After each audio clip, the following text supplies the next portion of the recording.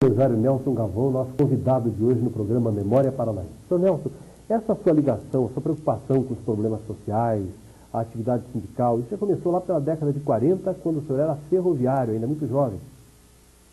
Exatamente, começou em Sorocaba, numa época em que eu trabalhava na Estrada de Ferro Sorocabana. Comecei como praticante de telégrafo, depois cheguei a ser telegrafista. Seu avô tinha sido ferroviário e seu pai também? Meu pai também, quer dizer, 3 gerações de ferroviários.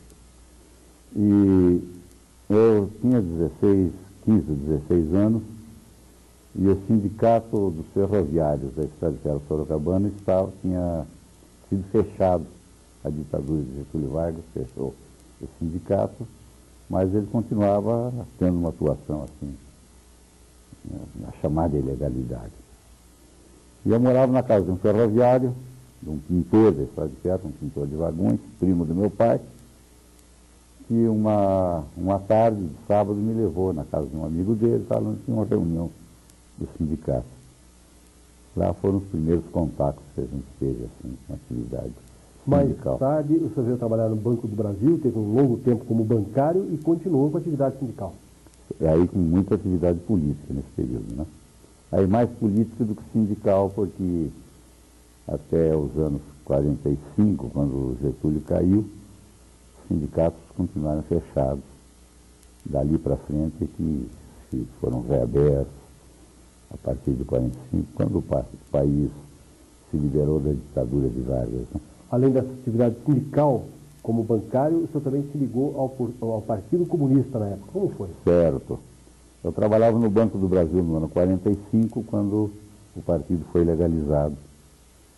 Eu fiz parte do primeiro comitê, da primeira diretoria. Sou um dos signatários das primeiras atas, que infelizmente esses arquivos não existem mais. Foram todos destruídos, apreendidos pela polícia no correr do tempo. Era uma preocupação em modificar a sociedade, uma redistribuição da riqueza? O que é que lhe passava na cabeça na época? Preocupação exatamente de melhorar a situação da pobreza, liquidar com a miséria, quer dizer, um idealismo em função da ditadura do proletariado na União Soviética, né? Final da guerra, a União Soviética cresceu muito no respeito mundial em função da vitória sobre os alemães, da vitória dos aliados. E o Partido Comunista naquela época foi relativamente poderoso, com câmaras de vereadores majoritárias em Campinas. Quando esteve na legalidade? Na legalidade, em Santos, em Sorocaba. E aqui no Paraná também a gente foi um dos organizadores na época, né? Como ativista, como sindicalista, o senhor estava na época contra a ditadura de Getúlio Vargas? Exatamente. No ano 46 a gente se ligou aos sindicatos bancários na primeira greve nacional que foi organizada. Os bancários fecharam no Brasil inteiro, inclusive em Curitiba. A gente fechou o Banco do Brasil aqui também, todos os bancos, sem exceção. E logo em seguida, ao final da greve, o banco me transferiu para Londrina. Foi uma represália pela sua atuação política? Deve ter sido, né? Não posso considerar assim. A sua atividade política começou então aos 16 anos? Por aí. Em Londrina que na época era uma pequena cidade, estava começando, que margem o senhor guarda? Eu fui instalador do PC para lá. Quando fui para lá, já existia o Comitê Municipal do Partido Comunista, e eu assumi a Secretaria-Geral do partido, lá em Londrina. Fui candidato a deputado estadual pelo PC na época, fui segundo suplente do Vieira Neto. Vieira Neto foi eleito deputado. Em Londrina, a sua atuação, como é que acontecia numa cidade bastante pequena que estava começando? Era mais a atividade do comitê, atividades de bairros também, os comitês de bairro, chamadas células. E a gente levantava muito reivindicações públicas, né? Reivindicações de massa, escolas, energia elétrica. Londrina não tinha luz praticamente naquele tempo. O senhor participou até de uma manifestação contra a companhia de força? Fizemos uma manifestação lá e não conseguimos controlar a massa que participou da manifestação. Derrubaram lá uma meia dúzia de postes e puseram fogo. E eu acabei Sendo preso pela primeira vez. Mandado para Curitiba. Fiquei uma semana aí. E foi a sua primeira prisão, então? Foi, dormindo embaixo de uma escada na Rua Barão do Rio Branco. Essa manifestação em Londrina, como é que foi organizada? Em que sentido as pessoas participaram? Havia uma luta pela paz naquele tempo, porque os países ocidentais estavam se armando cada vez mais na eventualidade de um eventual confronto com a União Soviética. Então havia uma guerra fria, que se refletia também numa pressão policial aqui dentro do país, né? E naquela região norte do Paraná já havia movimentos também de guerrilha. Não eram bem de guerrilha, mas o governo do Lupion começou a distribuir títulos de terras na região.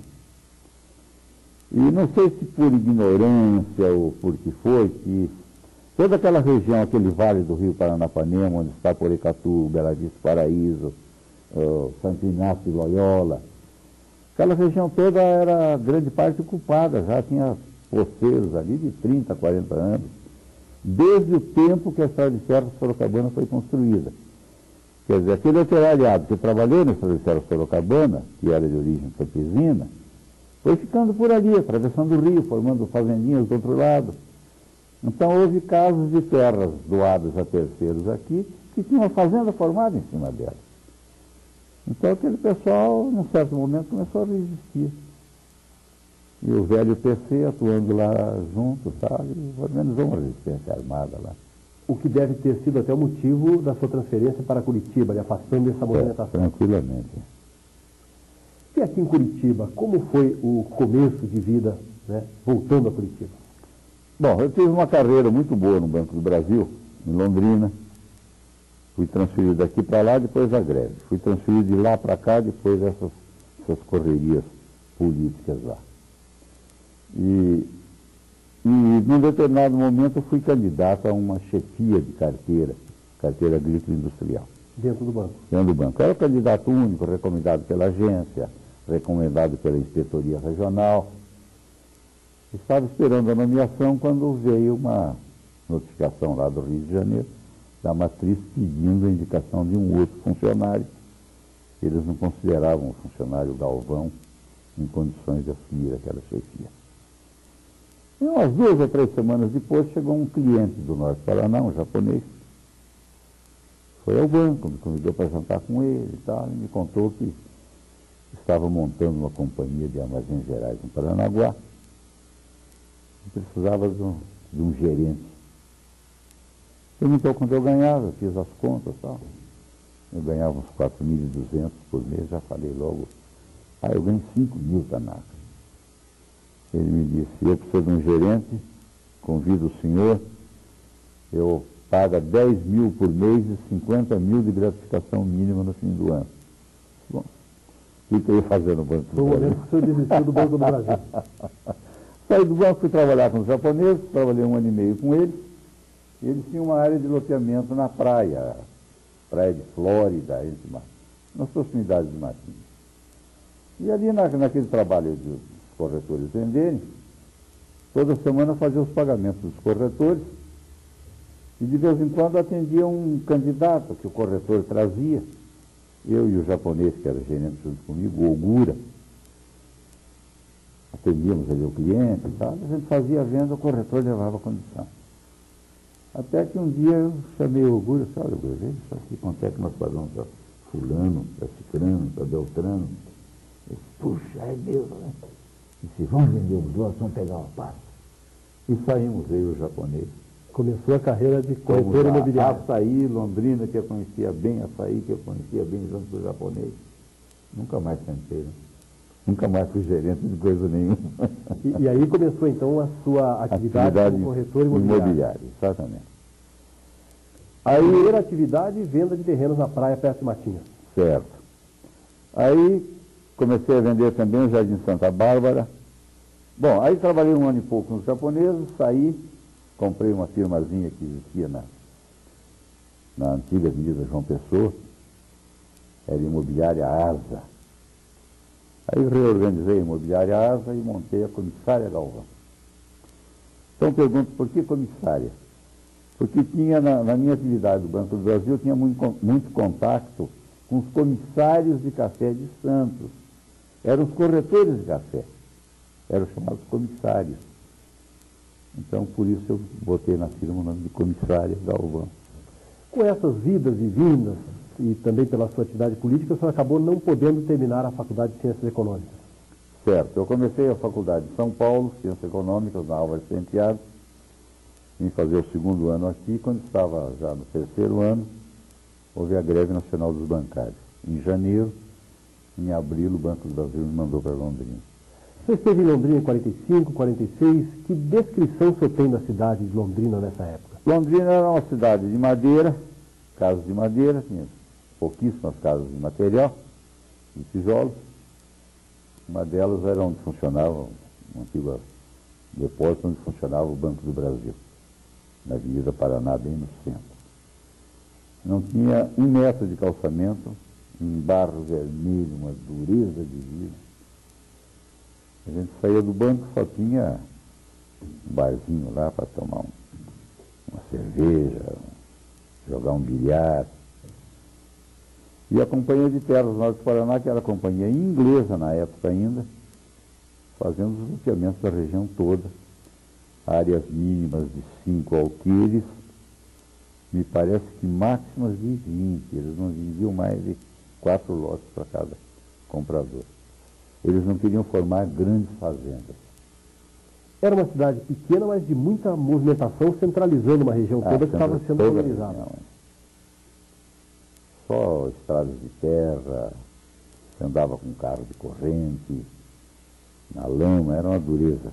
Você já tinha contato naquela época com o jornalista João Saldanha, que também era do PCB, isso já em 46. Como foi? E outros líderes, né, que estavam sempre lá por Londrina? Nessa época de Porecatu, quando houve a resistência armada de Porecatu, o João Saldanha deu alguma assistência política na região e se hospedava na minha casa, né? Ele entrou por Rancharia, por aquela região lá, atravessou por Porecatu, esteve lá naquela zona, ele e o Gregório Bezerra. O senhor, mesmo tendo família, já tendo filhos, tendo casado no começo da década de 50, continuou com sua militância no Partido Comunista. Isso não lhe assustava, não criava uma preocupação? Não, um sistema de vida que a gente tinha, uma forma de vida. A gente sabia que podia ter algum aborrecimento sempre, né? Mas estava tudo contado, tudo medido. O partido estava na ilegalidade, mas ainda não havia uma repressão tão forte que assustasse os militantes. Não havia torturas, não havia pressões mais pesadas. Depois de Porecatu houve, mas não aqui, muito mais no estado de São Paulo, né? Vamos então para o intervalo comercial. Estamos conversando hoje no programa Memória Paranaense com o empresário Nelson Galvão. Nós já voltamos.